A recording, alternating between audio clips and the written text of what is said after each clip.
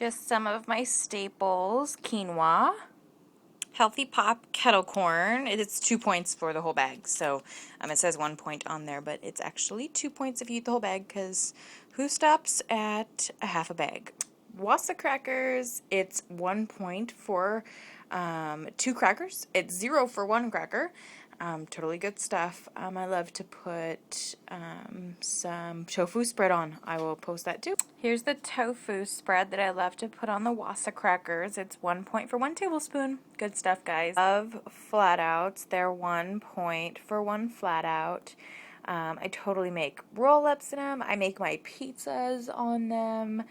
I have hummus on them. They're just totally good. Recommend it. Steam fresh veggies are my new favorite thing. After 5 minutes in the microwave, they're steamed and ready to go. I usually throw them in with either quinoa and chicken, or just chicken for the lighter points if I'm running out of points for the day. So that's one other thing I just absolutely love and can't live without. There's other blends besides the Asian blend.